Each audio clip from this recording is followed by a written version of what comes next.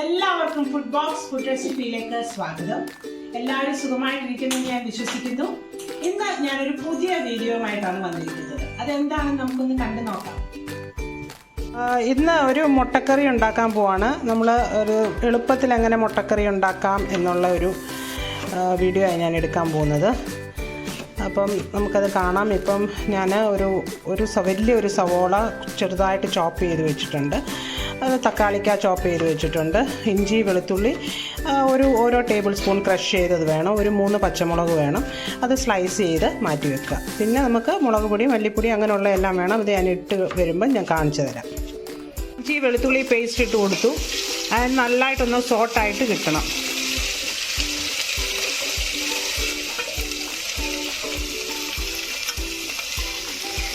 കഴിഞ്ഞ് നമ്മൾ ഉള്ളി ഇട്ട് കൊടുത്തു.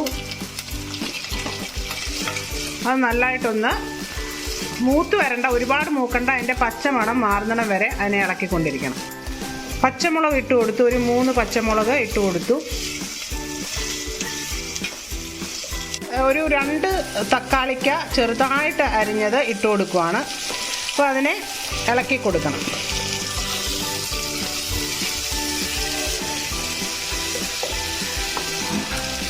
ഈ തക്കാളിക്ക നന്നായിട്ട് ഇത് വെന്ത് ഇതിനകത്ത് അലിഞ്ഞ് കിട്ടണം.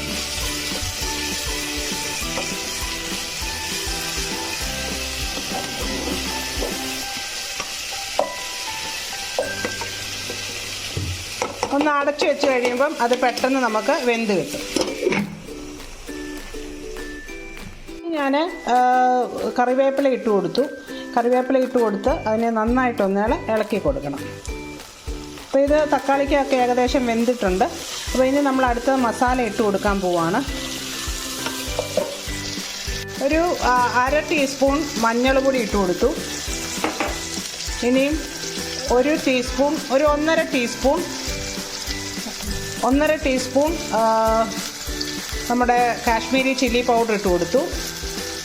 പിന്നെ നമ്മൾ 1.5 ടീസ്പൂൺ നമ്മുടെ മല്ലിപ്പൊടി ഇട്ട് കൊടുക്കുവാണ്. പിന്നെ അടുത്തത് നമ്മൾ ക്യുമിൻ പൗഡർ, അതായത് ജീരകപ്പൊടി ഇട്ട് കൊടുത്തു.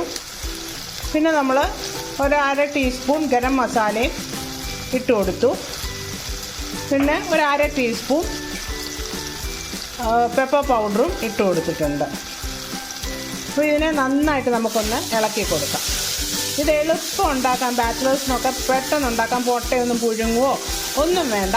നമുക്കിത് പെട്ടെന്ന് ഉണ്ടാക്കാവുന്നതാണ്. പിന്നെ ഞാൻ 1/2 ടീസ്പൂൺ ഫെനൽ പൗഡർ ഇട്ട് കൊടുത്തേ, പെരുംജീരകത്തിൻ്റെ പൊടി അതും ഇട്ട് കൊടുത്തിട്ടുണ്ട്. അപ്പോൾ ഇത് നന്നായിട്ടൊന്ന് മൂത്ത് വരട്ടെ. ഇതിൻ്റെ പച്ചമണം നമുക്ക് മാറിക്കിട്ടണം. ഇനി നമുക്കിതിനകത്തോട്ട് 1/2 കപ്പ് വെള്ളം ഒഴിച്ചു കൊടുക്കുവാണ്. 1/2 കപ്പ് മതി. 1/2 കപ്പ് വെള്ളം ഒഴിച്ചു കൊടുക്കണം. അപ്പോൾ ഇത് നമ്മുടെ മസാലയൊന്ന് മൂക്കാൻ വേണ്ടിയിട്ടാണ്.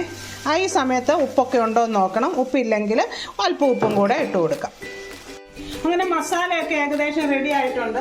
അപ്പോൾ ഞാൻ ഇതിനകത്ത് കുറച്ച് മല്ലിയില ഇട്ട് കൊടുക്കുവാണ്. മല്ലിയില ഇട്ടു, ഒന്ന് ഇളക്കി കൊടുത്തു. എന്നിട്ട് ഞാൻ ഇതിൻ്റെ മുകളിലോട്ട് ഓരോ മുട്ട പൊട്ടിച്ച് ഒഴിക്കുക.